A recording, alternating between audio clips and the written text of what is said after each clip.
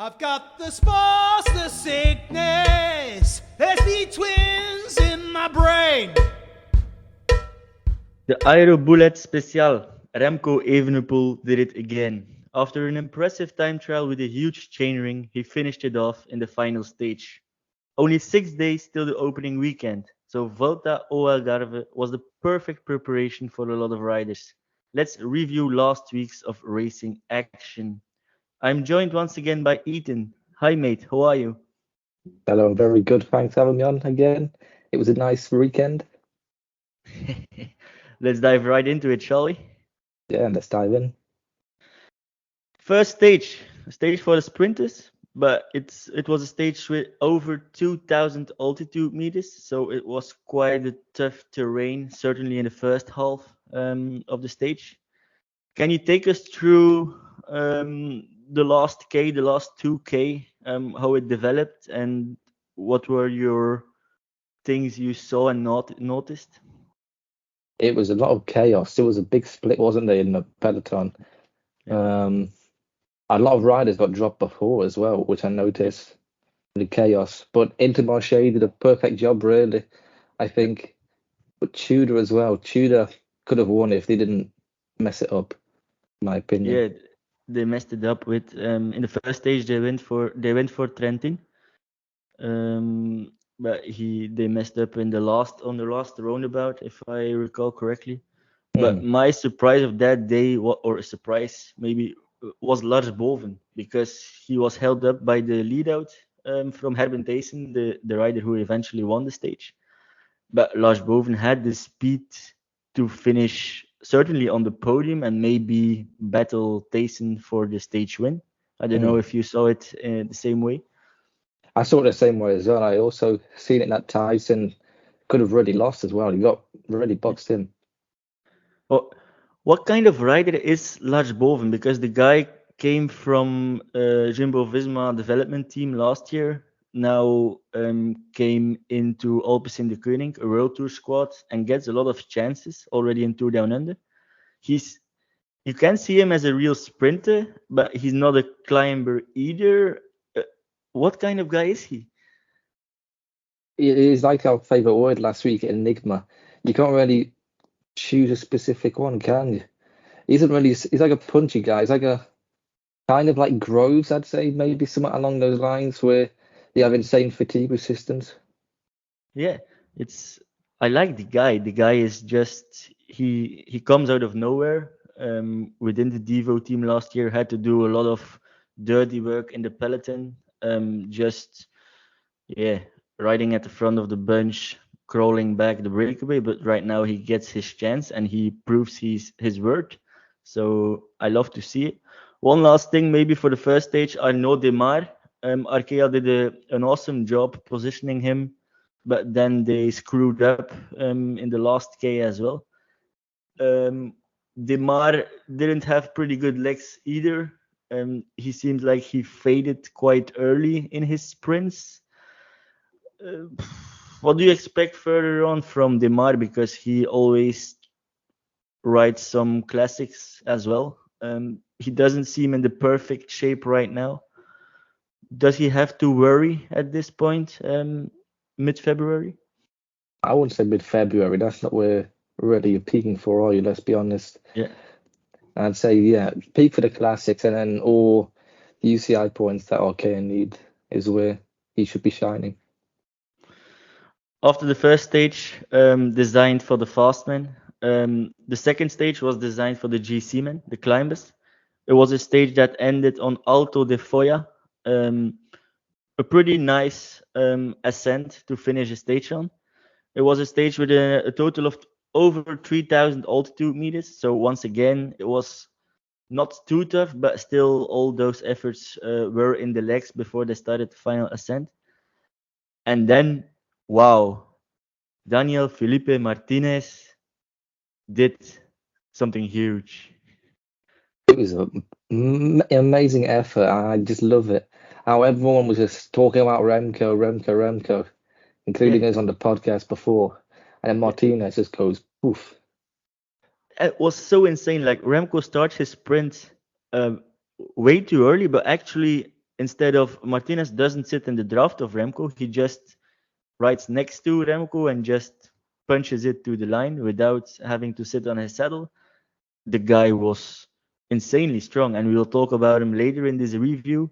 He did it again in the last stage, but damn, Ineos let him go to Bora, and he already proves that he's more than just an average climber.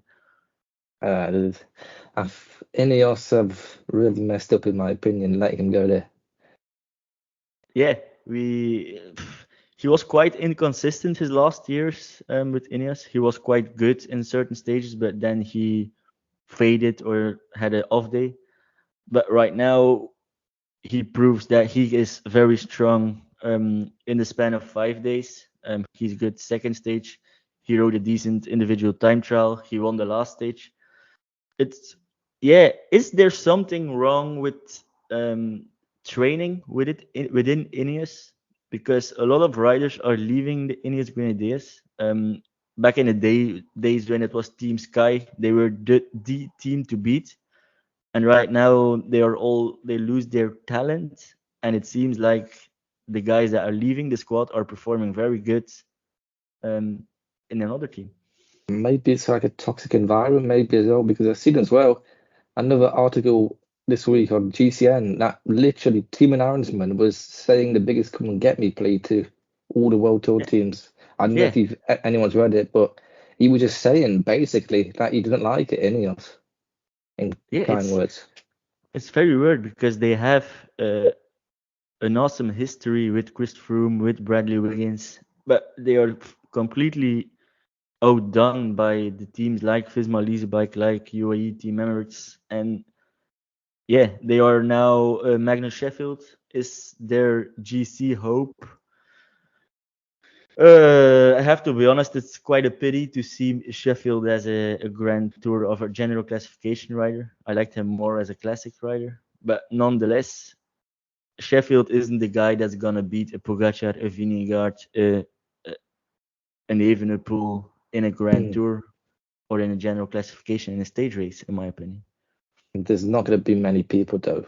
Let's be honest, who are that's true. going to be beating there.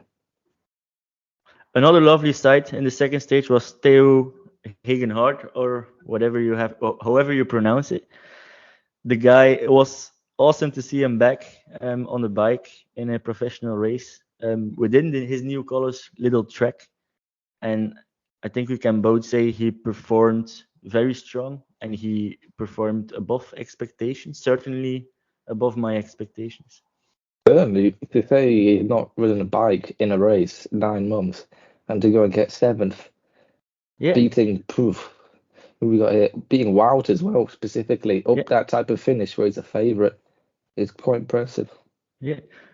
When we saw that final ascent on Alto de Foya, there was a lot of wind. There were even some doubts to cancel the last 2Ks, but still they did all the whole climb.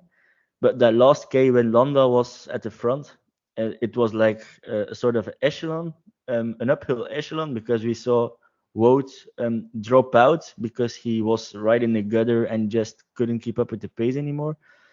That turn from Landa was impressive, and it shows a bright future for Evenepoel to have such a luxury domestique. That was what I was about to say. Landa at Quick-Step with Remco. That looked really promising, in my opinion, for the future. And if he keeps performing like that, then there's a real battle on. Yeah, the squad in general in Algarve was very strong. Soudal Quick-Step went to the Portuguese stage race with their Grand Tour squad, and they showed they are ready for the Tour. The third stage, the second and last chance for the Fastman. It was always the question: is Wout van Aert gonna sprint? Yes or no? There are always people who say he's gonna rest up for the individual time trial. He's gonna rest up for the GC. He's gonna rest up for the classics and all sort of other things that people mention. But the guy decided in the last 5Ks to join the sprint, and he casually beats everyone. Yeah, to someone beat Tyson, Mayroff Oliveira came second. He just literally got it to perfection when he sprinted. It was like 150 meters or something like that before the Yeah, finish, and it took the air and went bang, didn't yeah. it? They brought him into the perfect position because of all of that rumors, all that stories. No one was really looking at him, and it was all about Herben Thijssen, Rui Oliveira, Meyerhofer, but no one thought about Wout van Aert until he was in the perfect position and launched his sprint with 150 meters to go. It was an impressive sprint. I think it's a boost for his confidence ahead of the Omloop het Nieuwsblad on Saturday. Yeah, definitely. Definitely kudos to Meyerhofer as well. He worked for Trentin in the first stage. He got his own chance in the third stage, getting on the podium, and he has a very strong start of the season, starting in Australia, if I recall correctly. The guy is a bit the same maybe as Lars Boven. I don't see him as a real sprinter, but more as a guy who has a very strong punch and who can survive quite a tough parcours. Yeah, that's a good comparison, in my opinion, as well. He was also very strong last season, if I remember at the start. He Yeah, won the Cadet Evans Ocean Road race. So yeah, he's gonna be one to watch, in my opinion, for these races coming up. He's next in Omloop het Nieuwsblad. yeah. Ooh, is he lining up in Omloop het Nieuwsblad? Yes. Ooh, that's actually quite entertaining. It's an entertaining name because I don't know how his results were in previous classics and previous seasons, but it seemed like he has a very good fitness at this point, and he can maybe do a Ballerini if the weather conditions are the same. Probably the weather conditions aren't going to be the same, but that's for the Omloop het Nieuwsblad preview later this week. But then we're into the penultimate stage already of this 1 week stage race. The individual time trial, 22 kilometers from Albufeira to Albufeira. The peloton wasn't there to party, but was there to suffer on a time trial bike. And we mentioned in the preview that this would be the deciding stage in Algarve.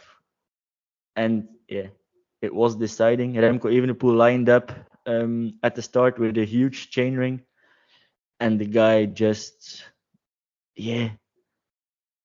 I saw a lot of performances from Evenepoel on the time trial bike and on the road bike, and still when you see him on that time trial bike, just pure raw power. It's insane. He's literally like a bullet train. It's just, you sit there and you go, no one can even come close to him on the time trial, which is crazy. Maybe Tarling, but yeah, he's just crazy. Beating Kung as well by 30 seconds, who is a TT specialist, Yeah. basically. It's 30 seconds on an effort of 27 minutes. That's uh, extraordinary. But I saw a tweet from our domestique colleague Dieter Loos mentioning he pushed 6.7 watts per kilo during that effort on a time trial bike. So into that tucked position, 6.7 watts per kilo. I sometimes try to do some efforts on my indoor bike on Zwift. And to reach 6.7 watts per kilos, you don't want to see my face when I do such efforts. That's going to be you in the Marmot. If you manage to even get a sniff of that for even like a minute, basically, poof. And he's doing it in a tucked position for 27 minutes. Oh, extraordinary. Another very The Gunner as well, beating him by nearly a minute. Yeah. Then another surprise for me, Isaac Del Toro in fourth. So the guy can't only climb, can't only surprise a sprinting peloton, but he can time trial as well. Yeah, that's what I think people were looking out for, really, if he could time trial. Because in his juniors, not really. He's done. What's he got here? Prologue he did in the Czech race, 56th, 15th in the Cibutite Cycling Tour time trial. So yeah, the UAE setup must be very good. Did he already have the special handlebars, the personalized handlebars like Evenepoel, Ghana has? I didn't really watched it, to be honest. I The couldn't really custom remember. extensions. I don't I'm, remember anymore. I'm trying to remember now as well. Yeah, because I saw an article on GCN on Eurosport, and they were linking it with Kian Uitenbroeks, that he wasn't able to get that custom extensions when he was at BORA-hansgrohe, but I don't recall if it was the bike from Isaac Del Toro that they were talking about, or that it was the bike from someone else. It might, I think, no, it was the bike from Theo Gegenhardt or Theo Gegenhardt. You have to pronounce that name the next time. Theo, that's how you say it, Theo. But like Theo, he had the custom extensions, so that shows that Little Trek believes in the Grand Tour ambitions that Theo has. He didn't perform that strong in the individual time trial, but I think when he gets back into his racing rhythm a bit more, and when he rides 3, 4, 5 more time trial, that he will do a bit better again. He will not be competing with an Evenepoel, but if he stays as close as possible, a lot can happen in a Grand Tour. Yeah, that's what he needs to do, just really get the miles up on the TT, I think, because it's not going to be beating Remco straight away, is it? So Yeah, true. Other things that you saw in the results of the individual time trial that you say, damn, that's impressive, or nah, that's disappointing?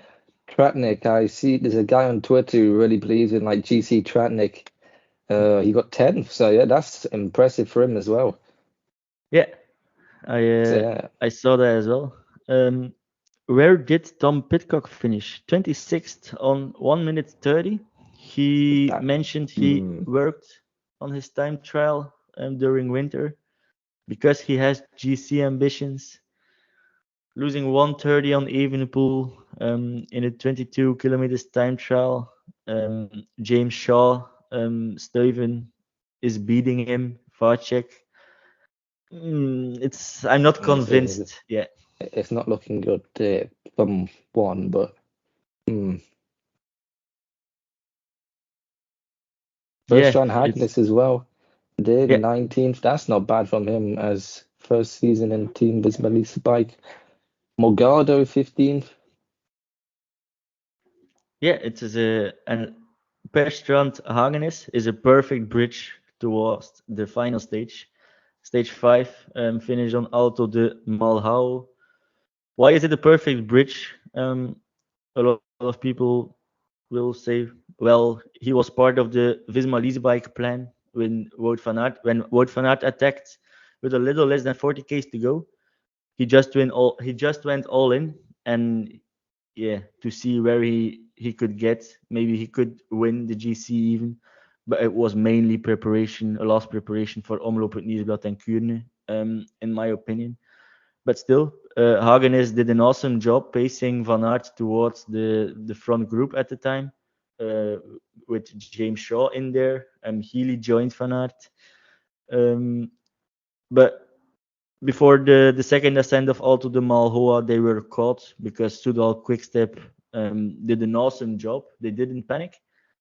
They just the gap was 140 at the one moment, but the Portuguese time gaps aren't very reliable. But 140, and just Knox, Cataneo, Landa brought that down, and Wout van Aert, Healy, and others were caught at the start of the climb of Alto de Malhao. I saw a comment on our live thread on X saying that Van Aert, his form isn't good. Do you have an answer on that? Or yeah,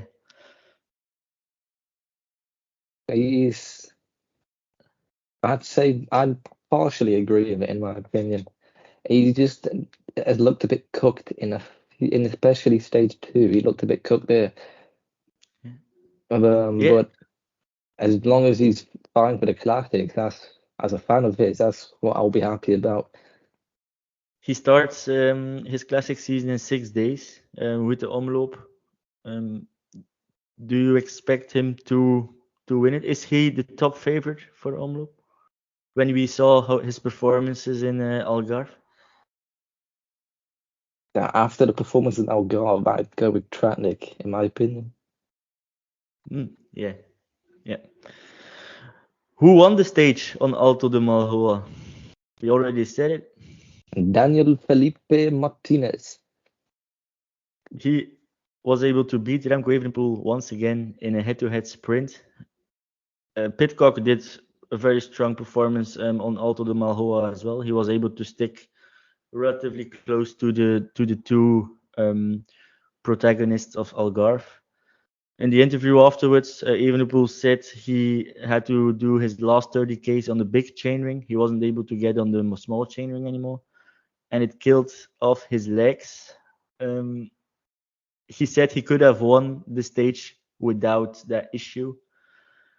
A lot of doubts and a lot of criticism again on X because of that interview. Why? Because he's not able to say congrats, Dani Martinez, for the amazing performance. And he was more talking about his own issues and that he could have won it.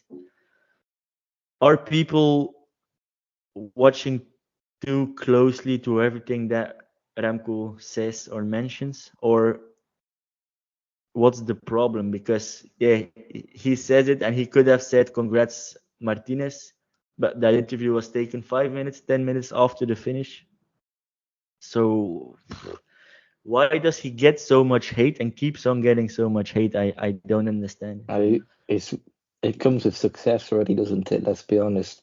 Just people hating on you a lot if you keep on winning, and people just nitpick things to find out.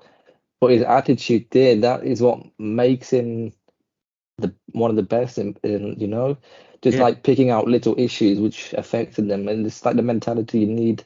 It's what you see in all of the good sportsmen around the world, isn't it? Just that mentality of for yourself. Yeah, he has the winner instinct, the killer instinct, and everything has to move because he wants to reach his goal. And I appreciate the guy. He like 3, 4, 5 years ago, early of his career, he was a completely different person. He was quite arrogant then. He did things on the bike that's not really acceptable. But he developed so much the last 2 years that, I don't understand why he gets so much hate all the time. Every time he mentions something, there are people complaining about Remco. But still, he won the general classification. Just lining it up with the perfect individual time trial and then finishing it off in the 5th stage and finishing second just behind Dani Martinez. Another surprise in that last stage for me was Christian Scaroni. I was looking at him on some betting sites for stage 5 because he was performing very strong. He was 10th in stage 2, I think. And I saw he was valued quite high. I think it was out of a 100, if I recall correctly. 33 for top 3. He finished 4th, but Scaroni, 27 years old, an Italian from Astana, 26 years old, sorry. Were you expecting him to be so close to the podium today? Not really at all. I was not expecting it. I know of Scaroni specifically because of one person, Joshua Khan on Twitter. I think he's his favorite. Scaroni's his favorite rider. So anytime I see Scaroni, I always think of him. But I'm sure he's very happy with the 4th place here. Yeah, I sure do. So the general classification, the top 5, Remco Evenepoel wins in front of Dani Martinez. Then Jan Tratnik finishes the 1 week stage race in third. Very strong performance by the Slovenian. Fourth, Ben Healy. Fifth, Taman Arendsman. Arendsman finishing fifth, but in a quite anonymous way. He didn't really stand Show out up. for me. Yeah. Yeah, he was just there. He followed wheels. He was suffering a lot. I noticed that he tried to stick to the big group, but finishing fifth isn't bad for his first stage race of the season. Then another interesting name in the top 10 GC is Stefan Kung, ninth. I mentioned that on the live thread on stage 2. Steph said Stefan Kung is still, and I was like, huh? How's he still here? And then 5 seconds later, he got dropped a bit. But to get ninth is oof. And Morgado as well. It's nice to see him there. The oldest looking young man you will ever see. Stefan Kung is ready for the classics. He's ready He for definitely Omloop. is, I think. He's gonna be one to watch as well. All right, that was our small review of Algarve. Any things you want to add to this review before we go into the outro? That's it really. Other than Give us something tasty. Other than to check out one rider that we are all interested in, Johannes Kulset, the Kulset Chronicles. That's live on X right now. People can get a good insight into him because he is going to be one to watch. I'm going to keep saying one to watch for riders, but that guy definitely is because his potential is crazy good. He's the next superstar for Scandinavian cycling, for sure. For Norwegian cycling specifically, I think he could be declining ability. I saw the article mentioning that Christoph's story, that it was phenomenal for him that Christoph was working, domestiquing for him in that climbing stage in Oman. Mm-hmm. That's so nice to read because that guy is still so young and he's able to ride with one of the biggest cyclists in his country ever. So that's so beautiful to see, and that shows that those young guys, they aren't all like an Evenepoel or a Pogacar. They are only 18 and they are riding with people they looked up to when they were a kid. So that's, I think that also... It also shows the kind of like role model that Christoph is. He mentioned all the little details. He's giving all the classics riders and things like that. And he's just such an inspiration to all the riders around him. Yeah. All right. One last thing. There is another episode coming on Domestique Racing Podcast, an Omloop with Nieuwsblad preview, probably coming online around Wednesday. So make sure to tune in for that one as well. And otherwise, I would say it's a wrap for today's Domestique Podcast. A big thank you to our audience for tuning in. If you enjoyed the episode, consider supporting us on Ko-Fi. The link is in the description. And if you're on YouTube, hit subscribe and turn on notifications. We appreciate your support and look forward to seeing you next time. See you later. Thank you. I've got the spores, the sickness. There's the twins in my brain.